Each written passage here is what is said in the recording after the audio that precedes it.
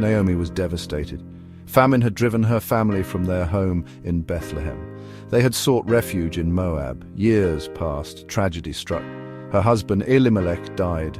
Naomi was left to raise her two sons, Mahlon and Chilion, alone. She watched them marry Moabite women, Orpah and Ruth. Then more sorrow.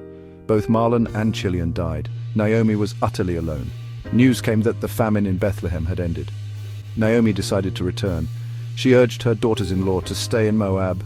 It was their home. They could find new husbands. Orpah wept and clung to Naomi, but she ultimately returned to her people. Ruth refused to leave. She had lost everything too, but she would not abandon Naomi. "Where you go, I will go," Ruth vowed. Her words were strong. "Your people will be my people, and your God, my God." Naomi saw the depth of Ruth's loyalty. It was a glimmer of light in her darkness. Together, the two grieving women began their journey back to Bethlehem. They carried their sorrow, but they also carried a thread of hope. Perhaps in Bethlehem they might find a new beginning. Life in Bethlehem was not easy. Naomi and Ruth were widows. They had no one to provide for them. They relied on the kindness of strangers. Ruth, determined to care for Naomi, went to work in the fields. It was harvest time. She gleaned barley in the fields of a wealthy landowner named Boaz. She worked tirelessly. She gathered every stray grain. Boaz noticed Ruth. He saw her diligence. He saw her quiet strength. He learned of her loyalty to Naomi. Boaz was a kind man. He was also a distant relative of Naomi's late husband. He felt a sense of responsibility toward these women.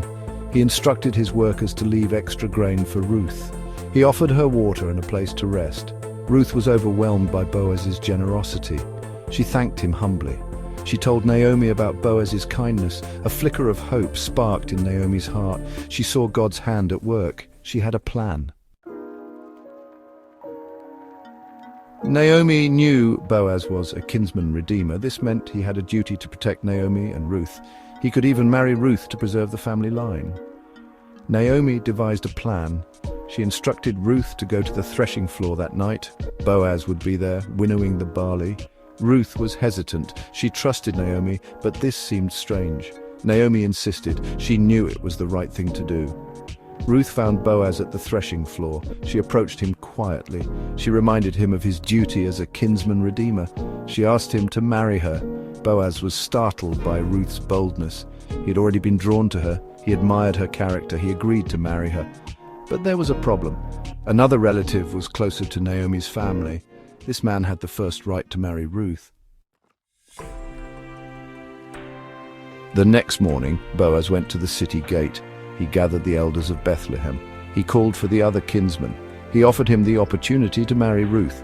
The man refused. He did not want to jeopardize his own inheritance. Boaz was overjoyed. He formally declared his intention to marry Ruth. The elders blessed their union. They praised Ruth's loyalty. They praised Boaz's kindness. Boaz and Ruth were married. They had a son named Obed. Obed became the grandfather of King David. And so Ruth, the Moabite woman who had shown such unwavering loyalty, became part of the lineage of Jesus Christ. Her story is a testament to the power of love, kindness, and redemption. God's hand was evident in every twist and turn of their journey. He provided for them. He brought them together. He used their story to fulfill his greater plan.